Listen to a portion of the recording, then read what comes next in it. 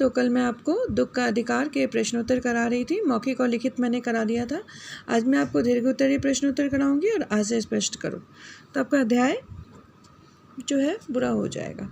ठीक है, अध्याय के वीडियोस मैंने आपको पहले भी पोस्ट किए हैं।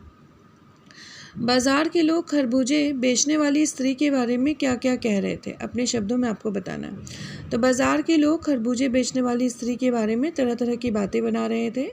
कोई उसे बेहया बेशर्म कह रहा था।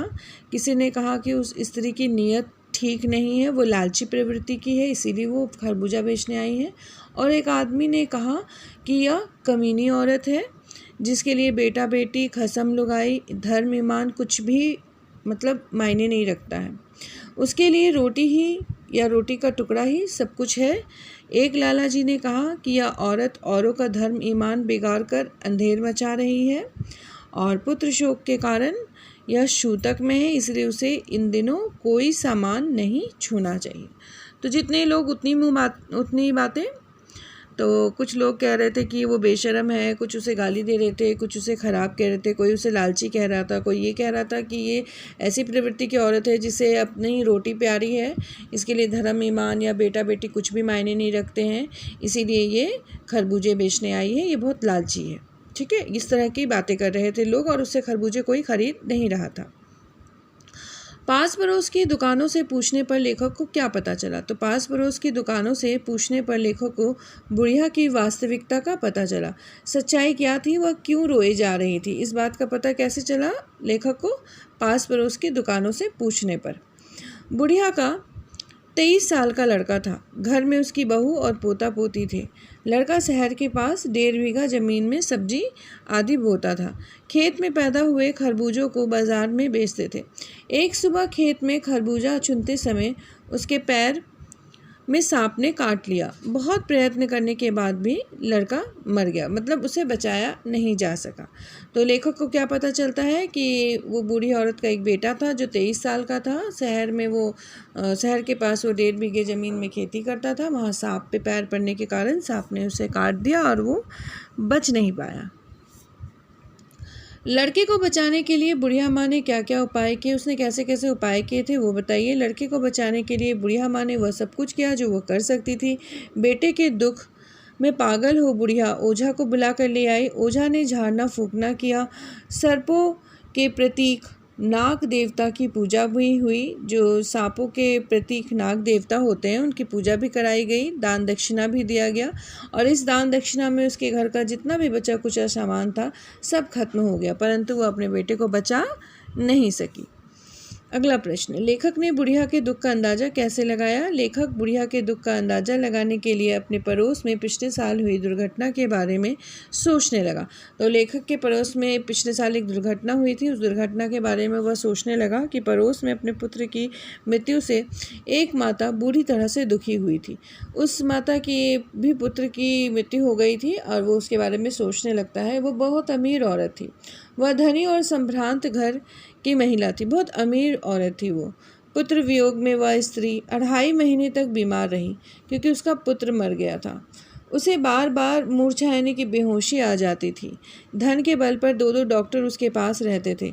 इस तरह वह माँ के हृदय को समझ रहा था कि माँ का हृदय सबका एक जैसा होता है। जिस प्रकार उस अमीर औरत का बेटा मर गया तो उसको दुख हुआ, उसी तरह से इस गरीब औरत जिसका बेटा मर गया उसको भी दुख हुआ होगा, परंतु ये अपने घर में नहीं रह सकती क्योंकि घर का बोझ इसी के सिर पे है।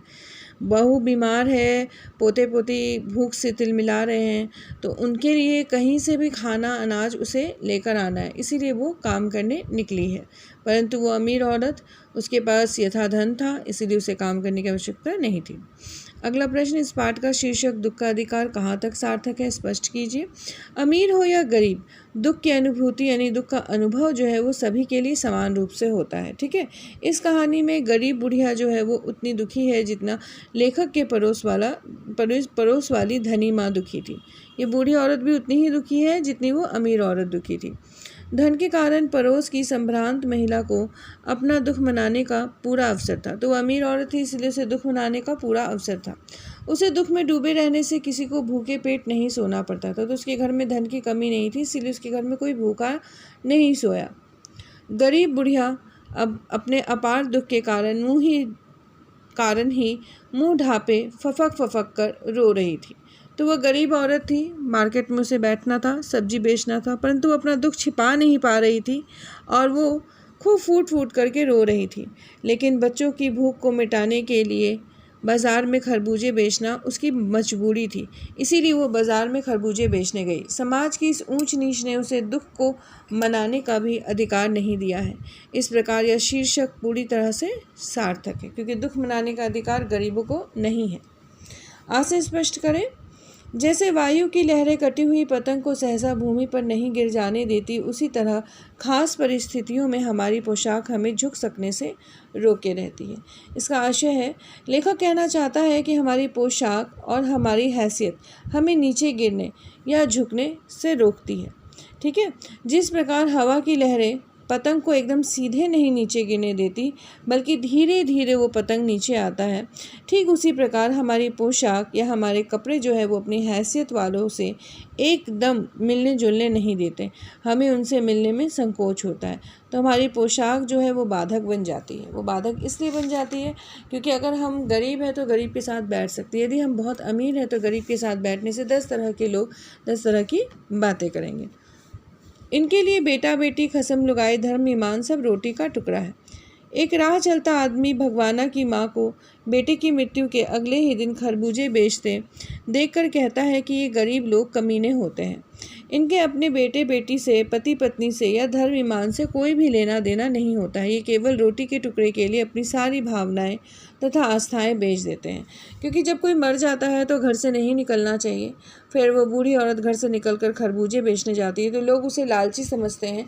लालची समझकर उसे कहते हैं कि इसके लिए बेटा बेटी कोई मायने नहीं रखता, इसके लिए धन ही सब कुछ है जो ये खरबूजे बेचने चली आई है। हाँ, और इसका ईमान कहाँ गया? क्या इसका धर्म नहीं है जो इस अछूत अवस्था में भी, जब किसी घर में कोई मर जाता है तो अछूत अवस्था होती है, तो अछूत अवस्था में भी ये मार्केट में आकर बैठ गई है। ठीक है, अगला प्रश्न है, शोक करने गम मनाने के लिए भी सहूलियत चाहिए और दुखी होने का भी एक अधिकार होता है। आशय यह है कि लेखक संभ्रांत महिला और गरीब बुढ़िया दोनों के दुख मनाने के ढंग को देख करके सोचता है, दुख प्रकट करने के लिए और मृत्यु का शोक प्रकट करने के लिए भी मनुष्य को सुविधा होनी चाहिए। उसके कहने का अर्थ यह है कि एक अमीर औरत और एक गरीब औरत, दोनों में से अमीर औरत को ही दुख मनाने का अधिकार है। एक गरीब औरत को दुख प्रकट करने का, दुख मनाने का अधिकार बिल्कुल भी नहीं है, क्योंकि वो गरीब है। तो दुख मनाने के लिए इंसान के पास सुविधाएं होनी चाहिए, उसके पास इतना धन, साधन और समय होना चाहिए कि दुख के दिनों में उसका काम चल जाए। तो उसके पास अगर पैसे हैं तो वो दुख मना सकता है, अन्यथा दुख नहीं मना सकता। डॉक्टर उसकी सेवा कर सके, उस पर घर के बच्चों का भरण पोषण की जिम्मेदारी ना हो। अगर उसके पास पैसे हैं तो घर की जिम्मेदारी से वो मुक्त है, तभी वो दुख मना सकता है। आशय यह है कि गरीब लोग जो होते हैं वो मजबूरी के कारण ठीक से शोक भी नहीं मना सकते। उसकी मजबूरियां उन्हें परिश्रम करने के लिए बाध्य कर देती हैं। मजबूरी ऐसी है कि अगर वो काम ना करे तो पेट ना भरा जाए। बूढ़ी औरत भूखी रह सकती है, बहू भूखी रह सकती है, लेकिन छोटे बच्चों को कैसे भूखा रखती, इसीलिए उन छोटे बच्चों के लिए वो काम करने निकल जाती है। तो दुख मनाने का अधिकार जो है वो अमीर औरत को है, गरीब औरत को नहीं है। इसका आशय यही है। ठीक है, तो ये आपको दुख का अधिकार अध्याय के सारे प्रश्नोत्तर मैंने आपको समझा दिए हैं, लिखे हुए होंगे आपके पास। अब आप इसे याद करना शुरू कर दीजिए, क्योंकि आपके अर्धवार्षिक जो परीक्षा होने वाली है उसमें ये सब प्रश्नोत्तर जो है वो पूछे जाएंगे। धन्यवाद।